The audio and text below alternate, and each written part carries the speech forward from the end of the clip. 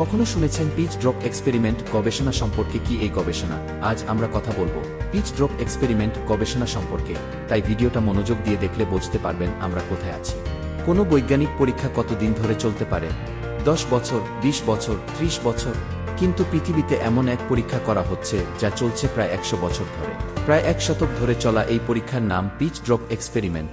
যে পিচ দিয়ে রাস্তা তৈরি হয় তা দিয়েই এই পরীক্ষা চলছে বলে পরীক্ষাটির এমন নাম দেয়া হয়েছিল। পিচ ড্রপ পরীক্ষা হলো একটি দীর্ঘমেয়াদী পরীক্ষা যা বহু বছর ধরে পিচের প্রবাহ পরিমাপ করে। পিচ একটি উচ্চ ঘনত্বের তরল যা সাধারণত বিটুমিন কয়লা থেকে তৈরি হয়। এই কয়লাজাত পদার্থ অ্যাসফল্ট নামেও পরিচিত। ঘরের তাপমাত্রায় পিচ খুব মন্থর গতিতে প্রবাহিত হয়।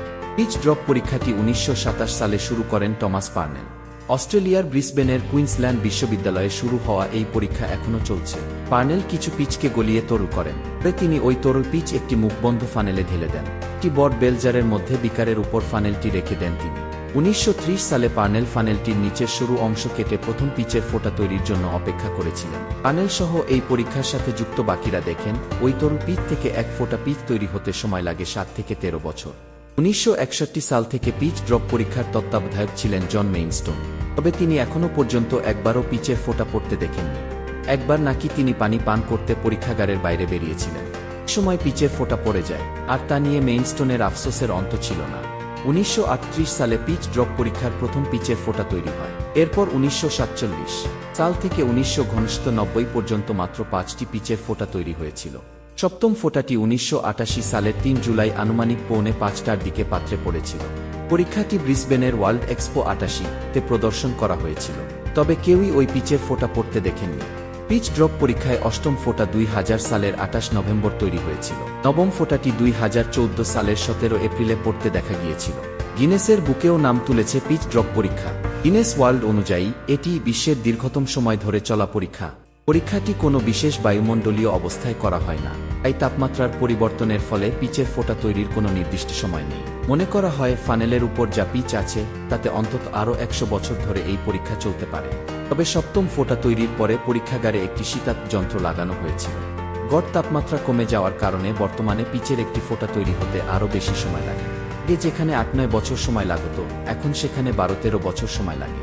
বিশ্বের অনেক বিজ্ঞানীই মনে করেন পিচ ড্রপ পরীক্ষার সময় নষ্ট করা ছাড়া আর কিছু না। 2005 সালের অক্টোবরে পার্নেল এবং মেইনস্টোনকে এই পরীক্ষার জন্য ইগ নোবেল পুরস্কার, নোবেল পুরস্কারের ব্যঙ্গ করে দেয়া একটি পুরস্কার দেয়া হয়। পার্নেল মারা গেছেন 1948 সালে, তাই ইগ নোবেল পুরস্কার নিয়েছিলেন মেইনস্টোন। তবে প্রযুক্তিগত সমস্যার জন্য পিচের অষ্টম ফোঁটা তৈরির সময় তা রেকর্ড করা যায়নি। বর্তমানে পরীক্ষাটি একটি ক্যামেরার সাহায্যে পর্যবেক্ষণ করা হয়। বর্তমানে পিচ ড্রপ পরীক্ষাটি কুইন্সল্যান্ড বিশ্ববিদ্যালয়ের সেন্ট লুসিয়া ক্যাম্পাসের স্কুল অফ ম্যাথমেটিক্স অ্যান্ড ফিজিক্সের পার্নেল ভবনের দোতলায় প্রদর্শনীর জন্য রাখা রয়েছে। প্রতিবছর কয়েক লাখ মানুষ ইন্টারনেটে সেই পরীক্ষার লাইভ স্ট্রিম দেখে। সেই পরীক্ষা চাক্ষুষ করতেও পরীক্ষাগারে যায় অনেকে। হৃদরোগে আক্রান্ত হয়ে 2013 সালের 23 আগস্ট মারা গেছেন মেইনস্টোনও। বর্তমানে পিচ ড্রপ পরীক্ষার দায়িত্বে রয়েছেন অ্যান্ড্রু হোয়াইট। তবে শুধু অস্ট্রেলিয়া নয়, আয়ারল্যান্ড এবং স্কটল্যান্ডেও এই একই পরীক্ষা চলছে বহু বছর ধরে। তবে অস্ট্রেলিয়া বাদে বাকি দুদেশের পরীক্ষার বয়স এত বেশি নয়। এই ছিল আমাদের আজকের পর্বের। আগামীতে আরও এই সকল গবেষণার নতুন নতুন ভিডিও পেতে চাইলে এখনই আমাদের চ্যানেলকে সাবস্ক্রাইব করে পাশে থাকবেন।